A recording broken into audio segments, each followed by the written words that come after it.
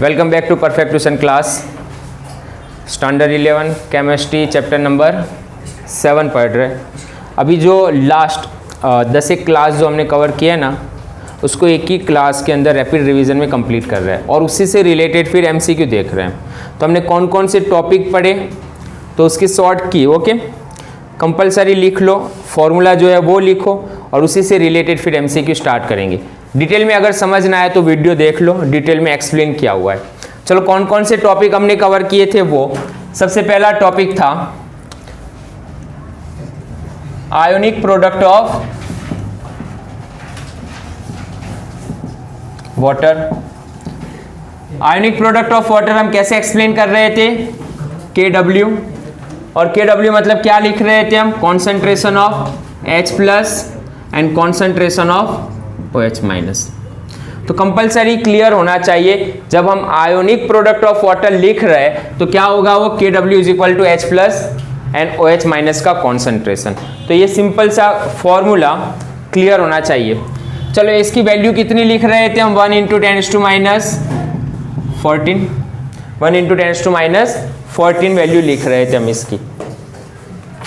चलो second number पर कौन सा टॉपिक कवर किया था हमने, pH स्केल।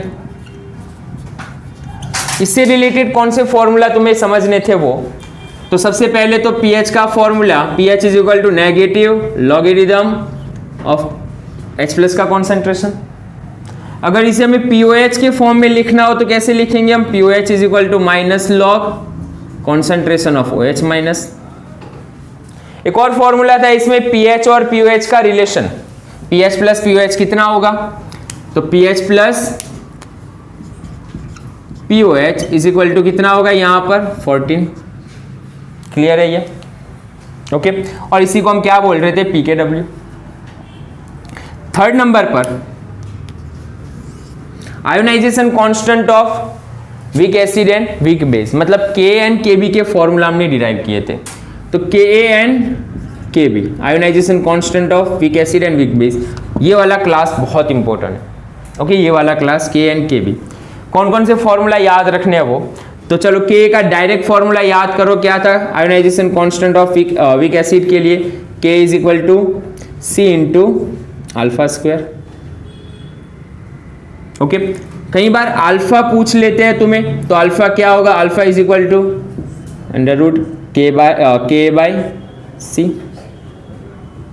ओके तो ये वाले फॉर्मूला बहुत इंपॉर्टेंट है अपने लिए और इसी से रिलेटेड एग्जाम में क्वेश्चन बनते हैं, इससे रिलेटेड एग्जाम में क्वेश्चन बनते हैं। चलो इसी से रिलेटेड pKa किसके बराबर होगा, अगर pKa लिखना हो तो हमें pK तो माइनस लॉग Ka के बराबर। pKb लिखना है अगर हमें तो pKb is equal to minus log Kb। Clear है ना ये तो ये बेसिक फॉर्मूला है। K क्या रिप्रेजेंट कर रहा है, स्ट्रेंथ ऑफ एसिड, अगर Ka की वैल्यू ज्यादा तो स्ट्रॉन्गर एसिड, Kb की वैल्यू अगर ज्यादा तो स्ट्रॉन्गर बेस। नेक्स्ट उसके बाद जो टॉपिक था वो 4 नंबर पर, ये दोनों के बीच का रिलेशन क्या था और उसका फॉर्मूला क्या बन रहा है। तो relationship between Ka and Kb, तो क्या फॉर्मूला था, KW is equal to Ka × Kb। अगर P के फॉर्म में लिखना हो तो कैसे लिखते थे हम, pKW is equal to pKa plus pKb, ये वाला फॉर्मूला। तो ये फॉर्मूला अगेन याद रखना। तो 4th नंबर पर हमने ये पढ़ा था। नेक्स्ट टॉपिक कौन सा था यहां पर, 5th नंबर पर mono di and polyprotic acid. Mono di and polyprotic acid क्या होते हैं वो, तो HCl कितने प्रोटॉन दे रहा है, एक ही प्रोटॉन दे रहा है, मतलब वो क्या है, मोनोप्रोटिक एसिड होता है। H2SO4 कितने H+ देता है, 2H+, तो वो डाइप्रोटिक एसिड है। अब डाइप्रोटिक एसिड के लिए हम क्या लिख रहे थे, फर्स्ट के लिए Ka1 लिख रहे थे, सेकंड के लिए हम क्या लिख रहे थे, Ka2 लिख रहे थे, और Ka1 की वैल्यू ऑलवेज क्या होती है, Ka2 से ज्यादा होती है। इसी तरह हमने एक और देखा था पॉलीप्रोटिक के लिए H3PO4, ये कितने प्रोटॉन देगा हमें, 3 प्रोटॉन्स दे रहा है यहाँ पर। और इसके लिए अगर हमें K वैल्यू लिखनी हो तो K1, K2 एंड K3 आएगा। तो ये भी क्लास हमने देख लिया डिटेल में। नेक्स्ट उसके बाद 5th नंबर पर factors affecting on acidic strength.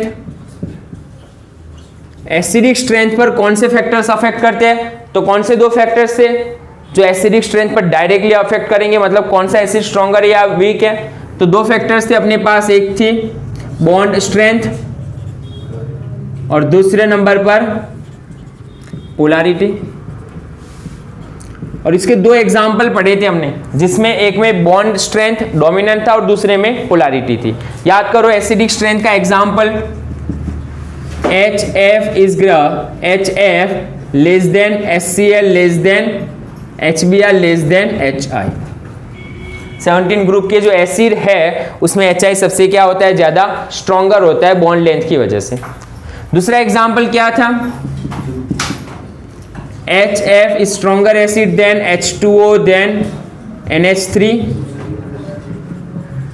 then CH4। इसमें कौन सा फैक्टर डोमिनेंट होता है? पोलैरिटी वाला फैक्टर डोमिनेंट होता है। अगर ये क्लास भी अगर डिटेल में देखना है तो बढ़िया सा वीडियो है इसका भी। नेक्स्ट उसके बाद 6 नंबर पर कौन सा टॉपिक था? Common ion effect. कौन सा? Common ion effect. Common ion effect के लिए क्या था तो एक सिंपल तरीके से लिख लेते हैं हम। जैसे कि एसिटिक एसिड है CH3COOH आयोनाइज्ड हुआ, ये क्या बन रहा है? एसीटेट आयन बना रहा है AC-NH+। इनिशियल जो कॉन्सेंट्रेशन था इसका एज एग्जांपल मान लो, इनिशियल कॉन्सेंट्रेशन 0.05 था, ये 0, लेकिन यहां पर तुमने जो भी कॉन्सेंट्रेशन लिया हुआ है वो पहले से लिख लेते हो, है ना? या ऐसे भी लिख सकते हो C, ये कितना था 0.0। इक्विलिब्रियम के बाद आफ्टर एंडिंग टाइम पर इसका कॉन्सेंट्रेशन C अल्फा और ये कितना होता है C अल्फा। लेकिन हमने क्या किया, इसमें कॉमन आयन ऐड किया हुआ है और कॉमन आयन जितना भी ऐड किया हुआ है मान लो 0.05 ऐड किया था, तो इसे ऐसे लिखेंगे और जो न्यू pH है वो हम डिराइव करेंगे। तो ये 6 टॉपिक्स हमने कवर किए हैं। 1 4 5 6, हाँ ये 7 टॉपिक जो हमने कवर किए हैं ना, ये बहुत इंपॉर्टेंट है और इसी से रिलेटेड हमें बहुत सारे एमसीक्यू सॉल्व करने हैं। ये सारे फॉर्मूला क्लियर होंगे तुम्हारे, तभी है ना सारे एमसीक्यू आ जाएंगे। उसके बाद इसमें भी सबसे मोस्ट इंपॉर्टेंट नीट और जेडब्ल्यू की प्रिपरेशन जो कर रहे हैं ना उनके लिए कौन सा टॉपिक सबसे इंपॉर्टेंट है? तो सबसे पहला तो ये क्लियर और ये क्लियर होना चाहिए, ये फॉर्मूला बहुत इंपॉर्टेंट है। जब एग्जाम्पल सॉल्व करेंगे तब तुम्हें यही पूछेंगे इसकी पीएच कितनी है, डिग्री ऑफ डिसोसिएशन कितना है, अल्फा कितना है, मतलब सी कई बार पूछ लेते हैं, के पूछ लेते हैं, तो ये फॉर्मूला यूज करके ही कैलकुलेट करेंगे हम। और दूसरे नंबर पर बहुत इंपॉर्टेंट जो है ना नीट जेडब्ल्यू के लिए, ये वाला टॉपिक बहुत इंपॉर्टेंट है, इससे भी क्वेश्चन बनते हैं। तो मतलब मान लो अगर तुम्हें 3 ही एमसीक्यू सॉल्व करने हैं, 5 ही एमसीक्यू ये पूरे टॉपिक से, तो ये टॉपिक पसंद करना और ये 2 टॉपिक पसंद करना।